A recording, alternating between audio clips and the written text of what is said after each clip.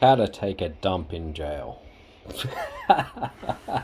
Oh god, I just thought that would be a funny topic to put on YouTube. And actually, believe it or not, there is a little bit to it, you know. The first issue you might encounter, if you're really unlucky, is you might, especially after coming off transit, this is hell, you know. You've been on that truck all day, sitting down,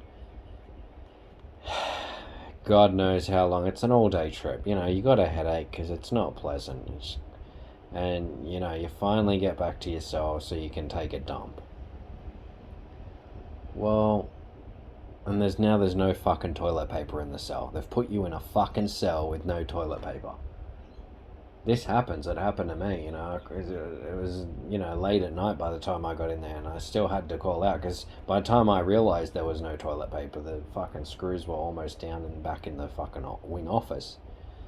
I called out to him. I'm like, Chief, where's the fucking toilet paper? How am I supposed to wipe my ass? You know, because it's an emergency. You need fucking toilet paper. What are you gonna do? So I called out to them and they did bring me up a roll, but if you didn't have the balls to call out and potentially wake half the wing up, you might be left with no toilet paper. So that is a thing. And toilet paper, and I'm talking before COVID, it's administered like it's rationed out by the inmates, you know, believe it or not. It's not, you don't get it off the screws. So if there's a shortage and you're the weakling on the wing, you know, you might not get your fair share of toilet paper, which is rough.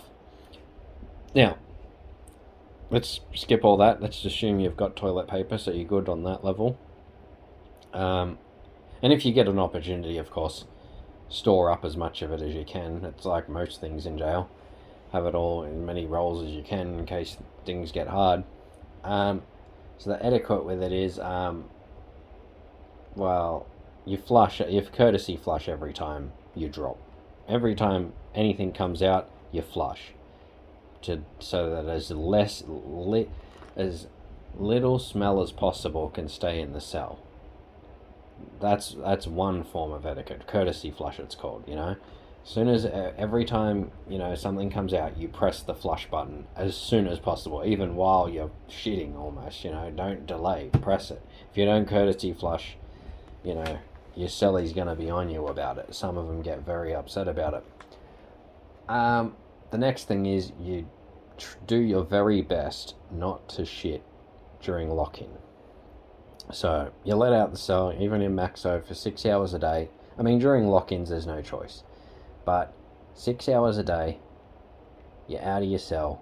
As soon as the doors crack, that's your time to use the toilet. Don't be using the toilet after fucking lock-in. I had a little kid in my cell once. He's probably 18, 19. You know, this was at Park Lee. He was about to go on escort, actually. He was having some problems on the pod, which already made me not want him in my cell because he's bringing me dramas. And then we got locked in. He didn't know what he was doing, poor kid. Got locked in. And then he goes to pull the curtain up. I said, whoa, what are you doing? And he goes, just using the toilet. I said, you had all fucking day. Why would you go now? I was out of the cell all fucking day and you want to go now? So that's what you're going to encounter, you know? Someone upset because it's fucking stupid. Why would you do it? Why would you wait till we're locked in to fucking bomb me out? Fucking do that shit while the cell's open so it has time to air out. It's common sense. So that's what it is, you know? Don't... If it's an emergency, you know, and you just didn't count on it, well, what can you do? Hopefully you got an understanding cellie. But for the most part, show your cellmate respect and don't bomb while he's in the cell. Always courtesy flush, and that applies more to when someone's in the cell, you know. Yes, you do have to shit with another man in the cell at times, especially during lock-ins. Another thing you can do, which, you know, some inmates do, is you turn the tap on and you leave it running full bore. It's a fucking waste of water. But, you know, who cares? We're not in there for doing the right things, are we? So people waste water all the time. talk about that later. You know, inmates fill cells up like swimming pools. You know, block off the bottom of the doors so it's watertight and fill the whole fucking cell up just to escape the heat. That's how much water wastage is going on in there. So yeah, courtesy flushing. Turn the tap on full ball so they don't have to hear you. You can spray baby powder around because you don't have no. Well, you know, you can use like when I was in with you know, one of the sweepers there, we had we used like disinfectants and different things to try and, you know, make the smell go away. And you use baby powder, you spray baby powder around, it smells better than smelling someone's ass. And in terms of you know, some privacy, what you do is, you know, every cell that's been lived in recently will have like a curtain. You make it out of a bed sheet. So you got a bed sheet, and then you're going to cut slits along in it, right? Like a curtain has, you know, like a curtain has all slits at the top, and then you're going to cut a line of the bed sheet, say about an inch wide along the whole length of the bed sheet, right? So it's an inch wide, but it's the length of a bed sheet. It's just a piece of fabric. You're going to tie it off at both ends somewhere at anchor points in the cell, right? And that's going to be your rod, your curtain rod, that piece of fabric.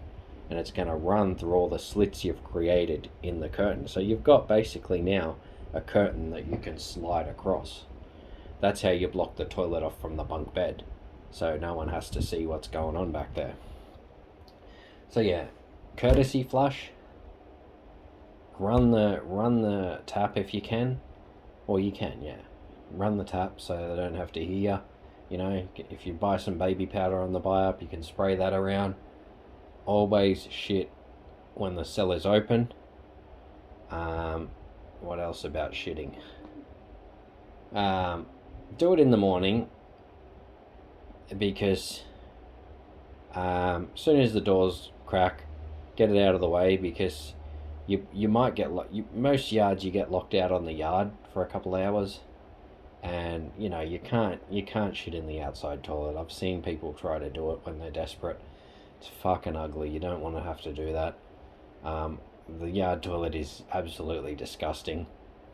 For a start, it makes me sick even thinking that someone would try to shit in there.